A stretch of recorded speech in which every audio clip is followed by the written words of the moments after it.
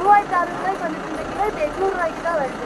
இப்போ நடுத்தரகர்கள் ப்ரோக்கர்ஸ்லாம் பார்த்தீங்கன்னா இங்கே வந்து 800 ரூபாய்க்கு வாங்கிட்டு 4600 ரூபாய்க்கு வந்துட்டு அது விற்கிறாங்க. ஸோ எங்களுக்கு ப்ராஃபிட்டே இல்லாமல் நிறைய பிரச்சனைகள் இருக்குது. ஸோ உங்களுக்கு ஒரு அசோசியேஷன் மாதிரி வச்சு எங்களுக்கும் கவர்மெண்ட்டுக்கும் ஒரு ஃபிக்ஸ்டு ப்ரைஸ் கொடுத்து இந்த டெல்டா ரீஜன்ஸ்லாம் வந்துட்டு பண்ணுற மாதிரி எங்களுக்கும் பண்ணலாம். நான் ஒரு இந்த பகுதியில் எவ்வளவு ஏக்கர் வந்து கண்வெளி கிழங்கு பயிரிடும்? கண்வெளி கிழங்குன்னு சொல்லி அதுல இருக்கிற விதை தானே 2000 ஏக்கர்.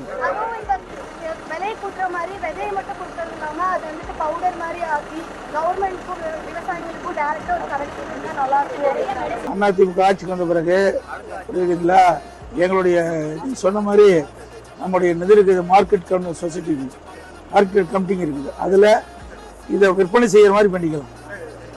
அப்போ வியாபாரிகள் வந்து தடையெல்லாம் வருவாங்க.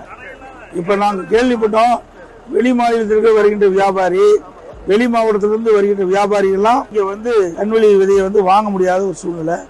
இங்கே வந்து இடைத்தரகர்களெல்லாம் வந்து பிரச்சனை பண்ணி விலையை வந்து வீழ்ச்சி அடைஞ்சிட்டு இருக்கு.